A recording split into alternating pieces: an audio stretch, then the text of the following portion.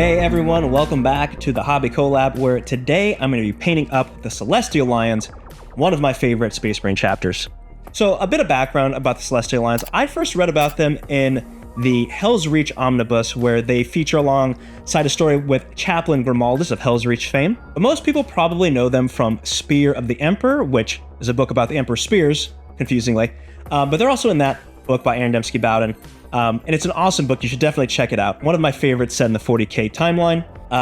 The Celestial Lions are almost wiped out. There's less than 100 of them left after an incident featuring orc snipers, which just happened to happen right after a spat with the Inquisition. So they're definitely not related. So if you're going to paint up this chapter, maybe an army project isn't lore friendly, but a kill team certainly is. You could probably paint up the whole chapter as a kill team at this point. So anyway, let's get into the tutorial today. Hope you enjoy. Bye-bye. All right, so we're going to start off with a gloss black prime here. The reason we're going with a gloss is that gloss primers tend to work better with metallics if you want a very shiny metallic. Speaking of which, we're going to start with this MIG Ammo Gold. I actually don't know if it's Ammo Gold by MIG. I don't actually know the proper way to pronounce it. But anyway, we're going to start off with a couple of coats of this very bright gold over the gloss prime. Now, the scheme we're going for today is actually going to be quite a pale gold. I've seen a couple of renditions of the Celestial Lions scheme, and sometimes it's a very yellow gold, sometimes it's a bit more pale. I'm going for the more pale. Speaking of which, we're going to throw some Citron Alchemy into that MIG gold. We're going to do a 1-to-1 mix. The Citron Alchemy by itself is a little too pale. It's almost like a champagne color. So finding a halfway point between this brilliant gold and this pale gold is right about where I want to be. It also leaves us room to do some edge highlighting and battle damage with that Citron Alchemy, which is what we're going to do later. As for placement of this mix, I'm basically following the shapes of the model, right? So the legs are cylinders, so the way you would highlight a cylinder is you would follow a line. I mean, you can look at a cylinder for reference, or if you look at his knee there, that's a sphere, so there would be a shadowed crescent according to the shape of the model. If you don't want to bother with all that, the simple way to do this is just a simple zenithal, meaning you spray from basically a 90 to 45 degree angle. That way you only catch the upward facing surfaces with the lighter color. Then we're going to use Citadel Agrax Earth Shade, and we're going to spray this shade into the recesses, the shadowed areas. This is just to give us a little bit more contrast between the highest brights and the shadows. This also mats down the shadow, so you get not only are you getting a color and value contrast, you're also getting a finish contrast, which is great, especially on these metallic models. But just because they're gold doesn't mean they're pristine, so we're going to move on to some battle damage. Grab a sponge and some tweezers. Dip that sponge in some pure scale color Citron Alchemy, not mixed this time. And what you're going to do is you're going to dab it off on a paper towel, and you're going to start dabbing this on the hard edges of the model itself. So think about areas that would have the most wear and tear. That's going to be hard edges. Look at if you have a desk you're working at, you'll notice that the first place that gets damaged is usually the corners and the upward facing edges, because that's where the most traffic is. And in a battle, that's going to be places like his hands, his collar, gotta watch out for orc snipers, the edges of his knee pad thing here. And generally speaking, you want to get this in most places on the model. You can also touch flat surfaces, but the focus generally wants to be on the hard edges. I think you also want to focus areas. You don't want this to be perfectly symmetrical, right? You don't want to have the same amount of battle damage on the legs as you do on, say, his, back plate there. Think about areas where there'd be much more chance of, someone slashing at him or shooting at him. And that you can use that as a guide. Obviously, you don't have to follow that exactly, but I think it's a good starting point. But we're not quite finished yet. We're going to grab that Citron Alchemy and use a brush this time. And what you're going to want to do with this is you want to do some tappy edge highlights so that it looks scratched on those edges. But I'll also put some micro scratches and some nicks on the flat armor panels. Basically, you're just emphasizing the shapes present on the model. That is, normally this would be reserved for something like edge highlighting, right? The whole point of edge highlighting is to emphasize the shapes shown in the model. And we're doing the same ththing, but we don't have to be as neat, right? Because this is, chipping and battle damage. So that's going to be asymmetrical by nature. It's a little bit easier than strict edge highlighting, excuse me. But the principles remain the same. You want to focus on hard edges, focal points, and areas that would get, just a bit more damage than others. Obviously, he's a Space Marine. His backpack shouldn't be as damaged as his front, theoretically, at least. Obviously, if the Inquisition is working against you, you don't have a choice. Then we're going to move on to Vallejo Panzer Ace's Dark Rust, and we're going to start basically increasing the depth of these gouges by giving them a little bit of depth.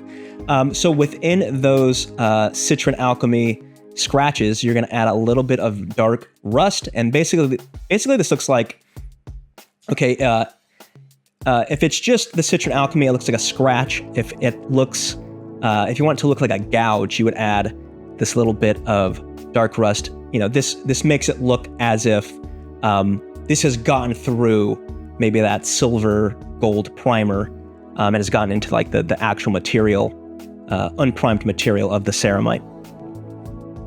After that, this is about where you want to be. He's looking pretty chipped up, but not, there have been worse beat up Marines, right? But he's been out in the field, little beat up, little scratched here and there. Obviously, you can go heavier if you want. You can go lighter if you want. I would say with battle damage, less is more. Start light, you can always add more. It's harder to take it back. Then we have to do the painful step of blacking in the rest of the model.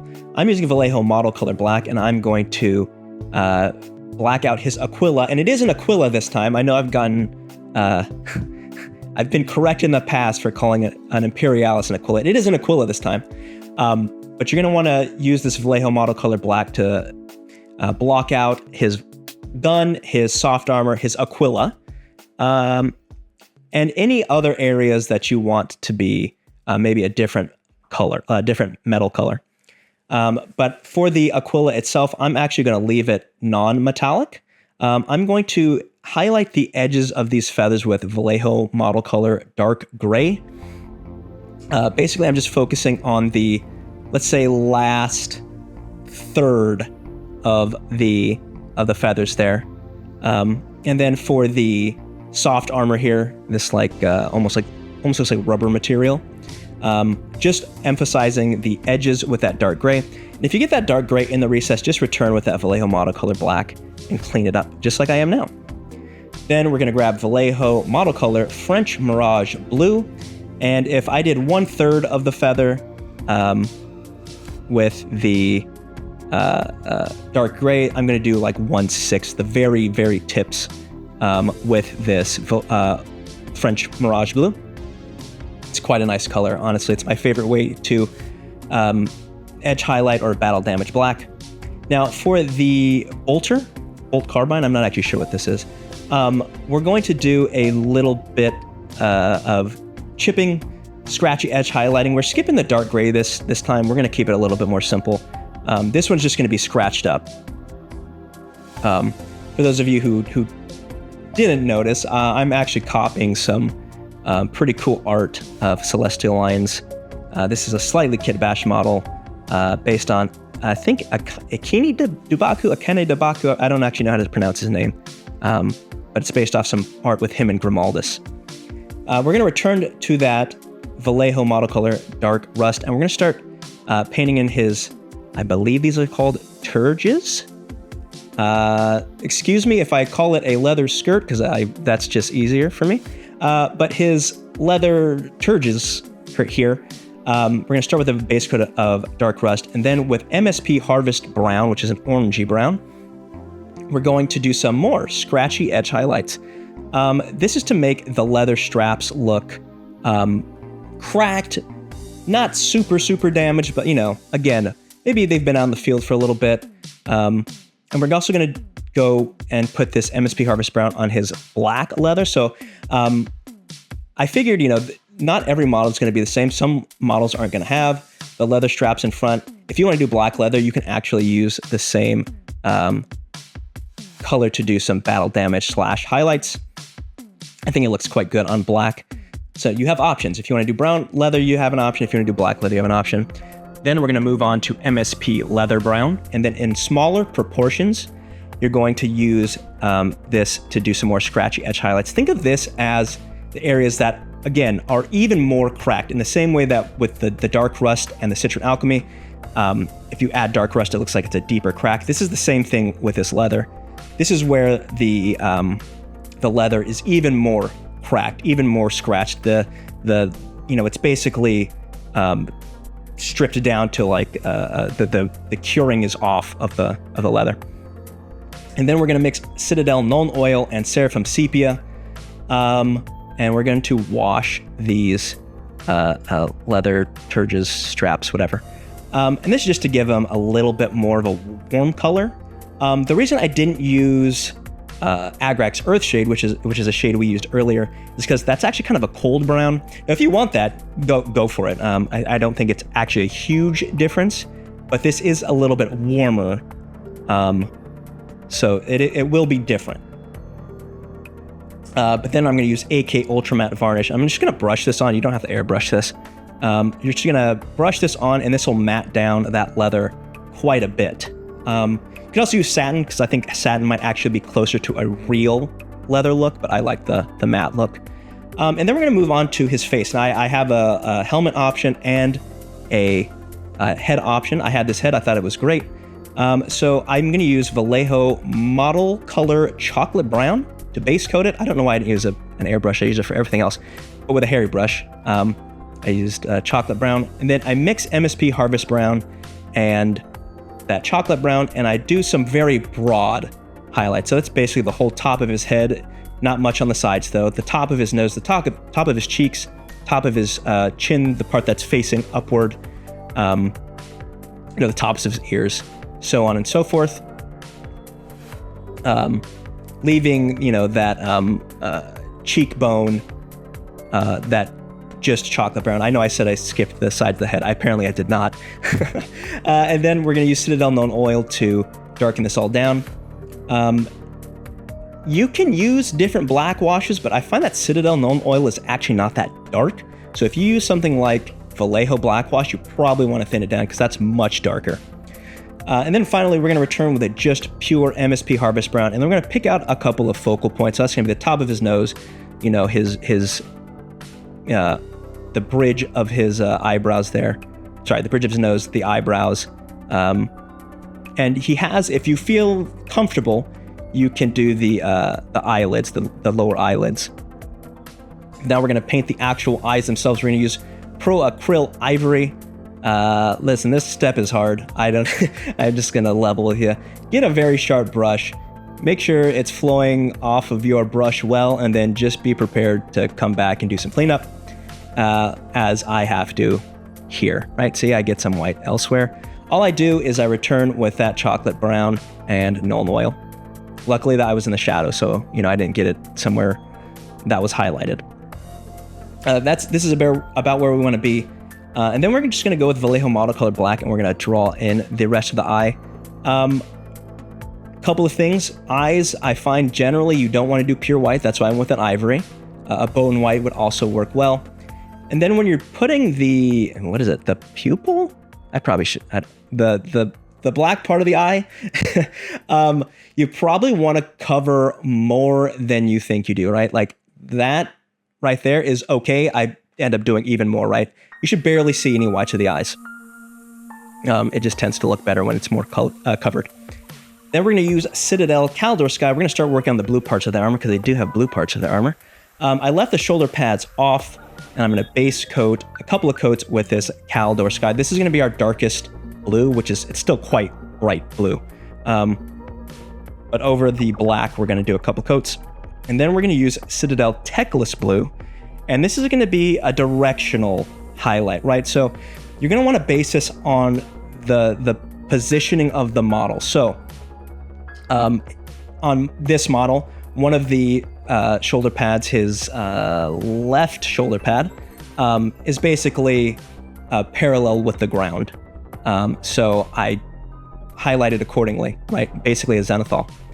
And then with the other, his right shoulder pad, he's holding his bolt carbine up. So the angle at which it's going to be highlighted is different. And that is like this, right? As shown here. If you look at the left side, it's quite dark with that Caldor blue still. Finally, we're going to grab Vallejo Game Color Electric Blue. You can also just add white to your Techless Blue. You don't need to be buying all these paints like I do. I'm showing you the specific ones I use, but honestly, most of these you could just add white to give it a little more value. And the same idea, in a smaller proportion within that Techless Blue, I'm going to use this Electric Blue just to really emphasize that highlighted point. I do the same thing on the out of focus helmet. Come on, what am I doing? Same thing with the out of focus helmet. That is base coat Caldor blue, highlight Techless blue, and then in a smaller proportion, that electric blue. Now we have Vallejo Game Color Gory Red. This is how we're gonna do the lenses. I also have some gems on the model, and I paint them in using the same colors. I'm not gonna show you a gem tutorial today. I felt like the emphasis should be on the gold and blue armor. I also paint his purity seal using the same colors. Within that Gory Red base coat, we're going to layer some Bloody Red by Vallejo Game Color, leaving some of that Bloody Red showing on the edges and the bottom. And then with any pure white, you're going to want to put a white dot on the edges of the lenses. This looks like a reflection. I use Vallejo Game Color Dead White, but any pure white will do.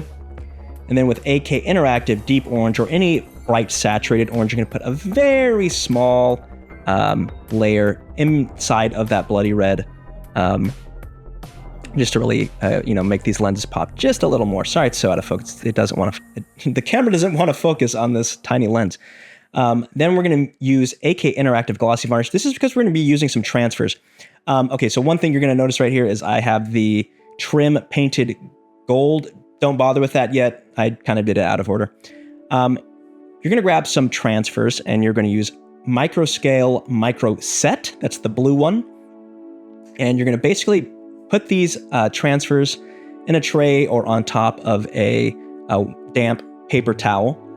And you're going to let them soften. So basically that's what Micro Set does. It softens the transfers. I also like to apply some Micro Set on the surface I'm going to be applying the transfer to. Slide it on over. Just like that. Slide it on over and try and flatten it as best you can onto the surface. It's a lot easier on things that are flat or like, not so curved like a leg or something. It's a little bit easier. Transfers on the shoulder pads are pretty much the hardest. You're gonna wanna let that dry for basically a day. Let that dry overnight. And then you're gonna come in with Micro Sol, that's the red one, and you're going to apply it over the now dried transfer. Now, I know some people say you don't need to use Micro Sol.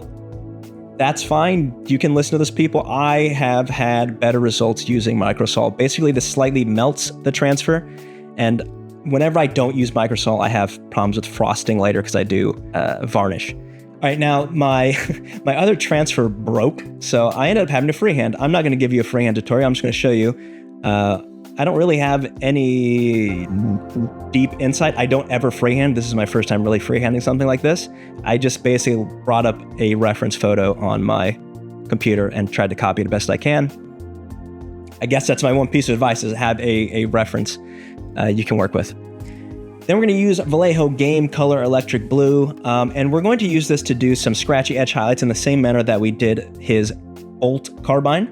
Now, I know what you're thinking. Hey, this is the color we used to highlight, so it's not going to show up. So you're only going to use this electric blue on the darker areas that are Techless Blue and Caldor Blue Sky. And then when you move on to the areas that are highlighted with this electric blue, you're going to use Sunrise Blue. And this is basically just a lighter version of that. And you'll notice that it's a little bit brighter. The reason you do this is you could use Sunrise Blue for all the scratchy edge highlighting, but I find that it just looks a little bit better because it's too stark if it's, if you have the Sunrise Blue over that Caldor Blue Sky. It's very, very stark. And in the same way we gouged out his gold armor. We're going to return to that Vallejo game color dark rust. And within some, not all of these scratches, we're going to apply some dark rust.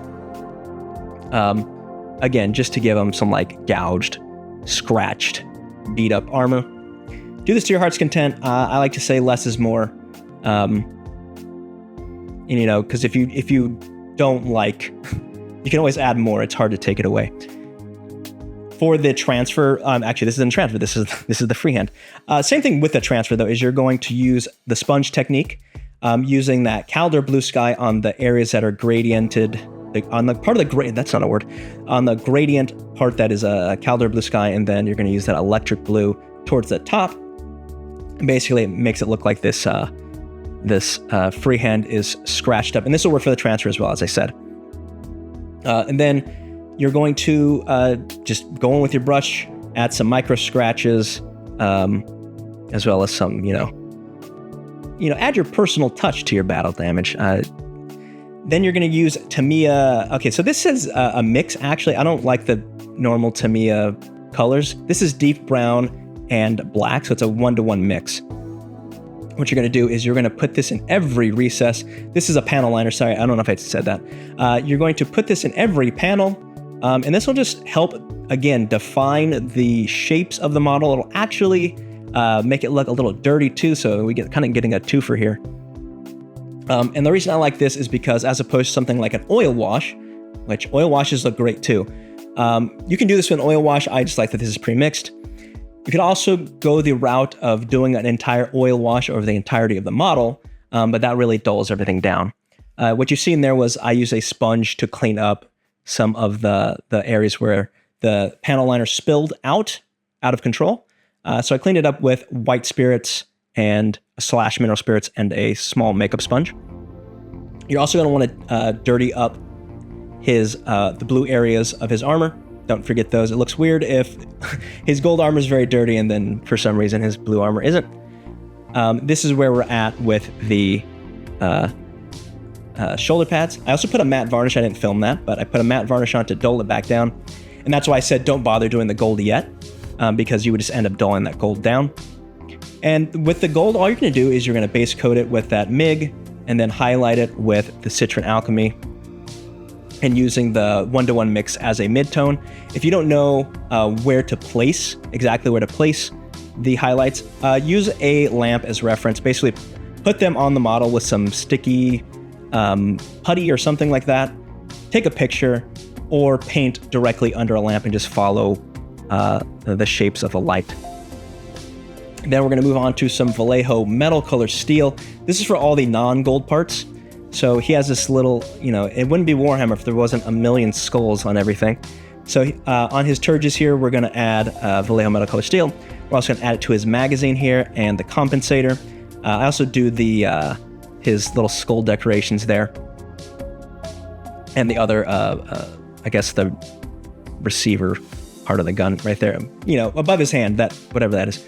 We're going to give it a wash with Agrax Earthshade.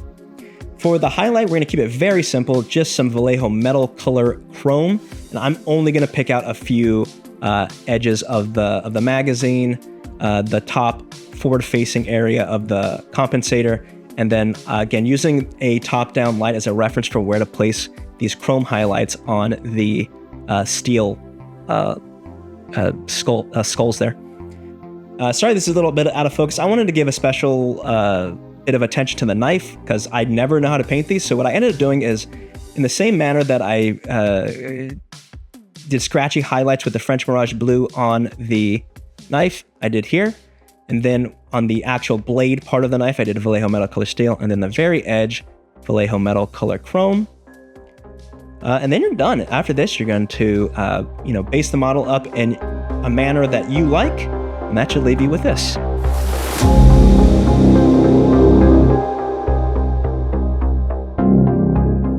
All right, here he is, our Celestial Lion, who is looking to get some revenge on some orc snipers, if you will. This was super fun to paint. I love the Celestial Lions. I freaking love the Emperor Spears book by Aaron Dembski Bound. It's one of my favorites. and these guys are such a cool part of it. It was fun to experiment with some different colored golds here. I've painted a Custodes army, and I tend to go for that much richer gold. I feel like I don't see pale gold too often, so I had a lot of fun experimenting with this one, as well as experimenting with some new colors, blue, experimenting with freehanding, stuff like that. Anyway, final time, if you enjoyed this type of video, we'd appreciate any support you can give. Like, subscribe, tell your friends. Also, join our Discord. We have an awesome Discord community we think is really fun, so make sure you check that out below. Until then, I'll say bye-bye and see you guys next time.